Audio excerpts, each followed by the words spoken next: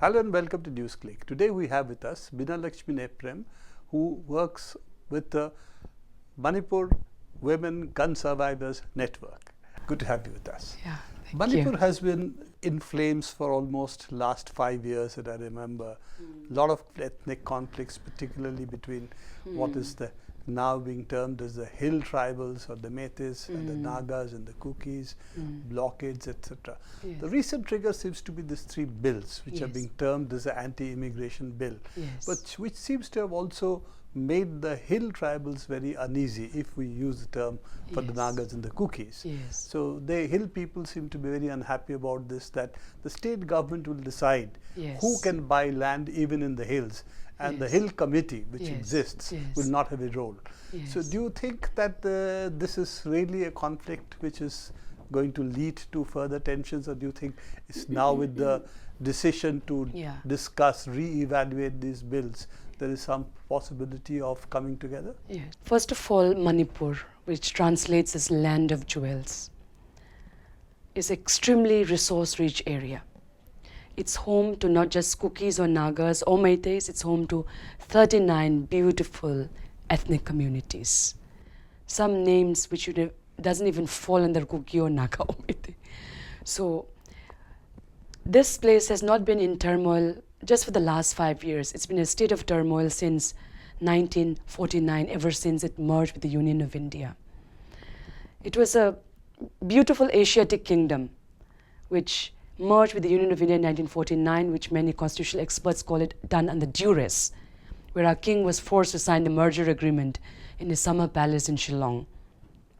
So the conflict in Manipur is as old as the hills of Manipur, or even beyond, ABSFA was imposed in the Naga Hills in 1958, and parts of Naga Hills are also in Manipur, and then in the Imphal Valley in 1980. So the state has been in a siege of tension for the last 6 decades. 20,000 people have died as per government of Manipur records. Our record says it's 3 times more. 20,000 widows of violence, which we work with at the moment. And these victims have not been just of the Meitei community, it's Naga community, Manipuri Muslim community, Kuki community, and the other communities which inhabit the particular, and which includes even Marwaris, which includes Nepalis, it includes many communities. Now the bill, which is the bone of contention right now, the story started like this.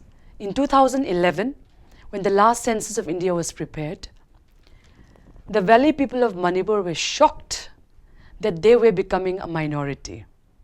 As per the 2011 census, the Manipuri Meitei population, which is so-called the dominant, is no longer dominant. It is just about 700,000. The hill community, which consists all the ethnic community living the hill, they also is almost quite close to that, followed by the Nepali community of that equal number. So first of all, let me be very clear that the Meitei community is not the majority. If it's a majority, it's only by a few hundreds and thousands, not more. So when the Meitei community realized that they become a minority in their own land, they started a committee and started telling the government of Manipur something has to be done, because there were some phenomenal growth, abnormal growth rates.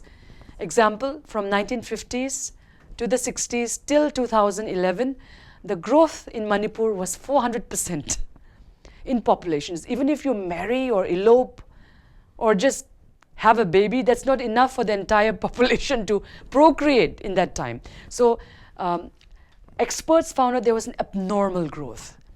The abnormal growths were also recorded in many districts in the hills, particularly Senapati district, Tamenglong district, Churachandpur district, where there were 400% plus growth. So people were amazed why this is happening. So the civil society first alerted the government of Manipur to investigate this. Government of Manipur, as decadent it has been for the last many years and decades, they did not act upon it. So the valley people started getting worried. The reason is, if you look at Manipur, 90% of Manipur is hill area. Only 10% is in the valley. but 66% of Manipur population is in the valley. You see, plus because there is no inner line permit in Manipur, the way it is in Mizoram, Nagaland, Arunachal Pradesh. So anyone can come from any part of the country or the world or buy land in that 10%. The hill district cannot be touched because according to British law, no one can buy land in the hills of Manipur. So the Manipuri Meitei population got really paranoid that this is our only homeland. How do we ensure our survival? Because our rice fields started becoming decreasing. More and more houses were being built. If we have no rice, how would we feed our population? So there was a fear psychosis. So they created this Joint Action Committee for Inner Line Permit, asking the government of Manipur and India to implement the inner line permit in Manipur. The way that when I go to Mizoram, I have to get an inner line permit. It costs 10 rupees. Even as a Manipuri, when I go to Mizoram as a Northeasterner, I still had to get an inner line permit. Same thing in Arunachal Pradesh. So the Manipuri people, particularly the valley area, were asking for an inner line permit. It was not saying that it should be against the tribals of Manipur. It's for anyone who comes and works or lives in Manipur, please have a permit so that they know who's who. Plus, at the same time, it's the same thing in Himachal Pradesh, you and I cannot buy land. Kashmir, you cannot. So the valley people in Manipur, because of the fear, they said, please do something like this so that we can protect a little bit of our mother territory, That was all. That was known as the movement for the inner line permit. It was never targeted towards the hill districts of Manipur. In fact, it would have benefited everyone, you see. Now, the bill, since 2000, last 5 years, as you rightly pointed out, they have started small protest. And again, the government of Manipur, I know some of the officials, completely lethargic, didn't act on it. So it agitated the people, it angered the people. And last year, they started in July a massive protest in the valley areas of Manipur, as a result of which one student was shot dead. And because of the public pressure and the blockade, which went on for 3 months, 2 months, July, August 31st, government of Manipur passed the Protection of Manipur People's Bill 2015. When this bill was passed, there are 60 members in the Manipur Assembly. 40 are from the valley, including people from the Muslim community. And by the way, the first Manipur Chief Minister is from the Muslim community. And the longest running serving Chief Minister is a Tangkhul Naga, Rishankashing, So it's not that only Meiteis have ruled Manipur, So anyway, so out of the 60 members, when they passed this bill, it was not that there were no tribals in it. There were tribal ministers in it. And so why didn't they object at that time? Like if they have done their job, then civil public wouldn't have fought the way we are having now, right now. So, to yeah. make this point, that Yeah. it seems to be a little poorly drafted, shall we say. Yeah. Because the intention Yeah. appears to have been keep Yeah. outsiders of Manipur Yes. out, and Yes. at least make it difficult for them to buy land, if Yes. not register, Yes. various other Yes, provisions yes. which are there. Yes. The one which has seemed to have split the Yes. hill Yeah. people from the plains people Yes, have yes. been the issue of the land one. Yeah. The one which is the land revenue Yes. land bill, Yes. which really seems to have no role for the Hills Committee. Yes. And that seems to have made them Yeah. feel Yeah. that this could then be used to take away Yes. their land as well. Absolutely. So the present crisis actually is because of very bad governance. It's indeed very correct that many of the administration of Manipur as a state has been centered in the Imphal Valley. The hill people of Manipur have a right to get angry and upset about what's happening. It's precisely why we are pushing the present government of Manipur. Have the courage to apologize for the wrongs, rectify it. There have been severe misgovernance problems, okay? So, which includes even the ministers from the hill areas, they themselves haven't done. They will buy lands in Imphal Valley, build their big houses, go once in a blue moon back to the hills. So really, we work in 300 villages in Manipur, in both hill and valley area. We work in 120 villages in Churachandpur for the last 4 years with women survivors of fire. So we know the issues of how there's no basic health care. The proper private, the hospitals in Manipur all are in Imphal. The universities all are in Imphal. So the hill people have a genuine problem of anger against what's happening. But as I said, between the bill and the anger, that's where the mixed match is. Now everything came together, and that's why you feel that it's anti-tribal bill. The bill itself is problematic. That is why tomorrow we are convening to ensure that we see which are the problematic parts. Let's delete it. What we see in the reports, the parts which are quote-unquote problematic don't seem to be that irreconcilable. Because if we look at the both sides, both have a common agenda of not having outsiders settle there. And the hill people are saying our permission should be taken before our land is given away. Which is and I think that's a completely legitimate demand. So this seems to have been more, as you said rightly, a difference which has come from the long history of mistrust among the communities, or whatever may be the historical reasons, more recent history than past history. And that seems to have triggered off this, shall we say, this kind of it is. And vested elements, political elements have played upon the fears of both the valley and the hills. That is where the tragedy has. The hill and valley people of Manipur, if you really look at it, as I said, Manipur has 39 different ethnic groups. And there have been very long relationships between. If you really try to identify me versus a Kuki or a Naga, you cannot identify. We are all Chinkis here. So honestly, so who is dividing us? Really, first of all, 18th centuries, the Bengalis did it by bringing Vaishnavism there, where our king was brainwashed and all our ancient indigenous scripts were burnt. Yes. And that's how Hinduism came to Manipur in the 18th century. So they couldn't have the courage to walk up to the hills. So all the people in the valley, because they proselytized and the king passed a decree, if you are not a Hindu, you will be punished. As a result, valley became a lot of Hindus there, In the hills, and then a century later, British came and they brought with them missionaries. And that's how, and they had the courage and the audacity to go up to the hills for whatever greed takes them to find their oil, their gas, their tea. So they went up to the hills, and that's where even Uncle Muiva, the head of NSA and IM, whom I have met, he himself studied in Pettigrew College in Ukhrul, which is the first college, high school ever set up during the British times, you see. So the hills became Christianized, the valley became Hinduized. Now, the main rift between the hill and the valley is not so much as the present day, in as much as with Hinduism came caste system. Example. So, my grandfather will not even touch egg.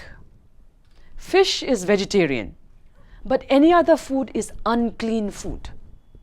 So, if the hill communities are eating beef or pork, it's considered bad food.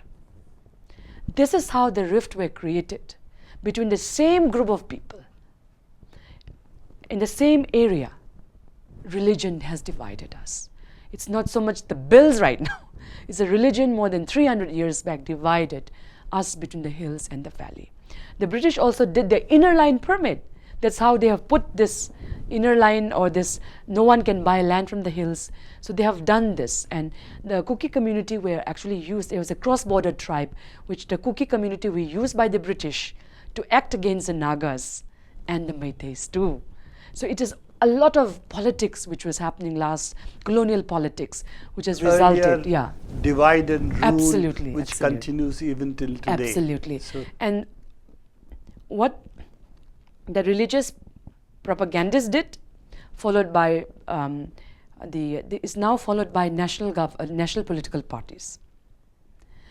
The present crisis in Manipur, as I said, we believe that the hill communities of Manipur has a genuine right to protest, and we are with them to get there, because a wrong is a wrong, a right is a right, and we will not be blind to that. Okay, but at the same time, the engineering of conflicts by national political parties should not be done away with. They are very much creating a part of this conflict creations. And we will fight tooth and nail. I said, play your politics, but not at the cost that hill people versus valley people, as if hill and valley ever fought in life. Nature fights. Nature never fights. Have you seen a hill plunging at the valley? So it's a very wrong way of, and particularly again when you say hill community, you know, we have got, as I said, more than 37 beautiful different ethnic communities in the hill areas of Manipur. And everyone has their own special thing. Their common lingua franca is Manipuri. You see. So there's a lot of and of course, every nation, Benedict Anderson says, a nation is a created one. You and I can create a nation. The Nagas have every right to ask for their Nagalim. The Kukis have every right to ask for their Kuki land. The Gurkhas have every right to ask there. But at what cost? And how do we do it? And because everyone wants their identity to be out there. Now, the thing is, how do we negotiate these different land masses, identities, is what we will have to put our minds and our hearts and our energy into, so that we are able to resolve this conflict. It is a conflict, and not everything in conflict is bad. There are positive and negative conflict. So contradictions rather than conflict is what we should be really looking as the words. And how to settle these contradictions within the parameters of the state, the communities. That's what we really need to look at. That's what you seem to be saying. Yes. Any last words of what you think is the way forward? Yes, absolutely. In terms of the present contradiction which has arisen. Absolutely. In fact, on 7th of June, the Chief Minister of Manipur, together with 16 others, including the Home Minister and the Deputy Chief Minister, Kekangam, who comes from the hill districts of Manipur, they met the Home Minister, and they have come up with a beautiful resolution which says that the President of India, as well as the Union Home Ministry, is relooking into these bills. They are forming an expert panel of legal experts and other experts, so that whatever new bill comes up as a result of it should address both hills and valley concerns. So this is an extremely important statement. How they turn it is how we are watching. Conflict exists in life, in our homes, in our minds, in our communities, in our nation. How we resolve is the wisdom with which we'll turn the direction of the different communities and the people we work with, we lead, we form a part of. So, as I said, there will always be vested elements to destroy the fabric of our ethnic city, our ethnic groups. And let politics play the political part, but don't do at the cost which makes the Nagas kill the Meiteis or makes the Nagas kill Kukis. Thank you very much, Beena, for coming over and having this discussion. We'll continue to plague you on the issues of Northeast and what's happening there time to time. Thank you very much. Thank you so much for giving our voice.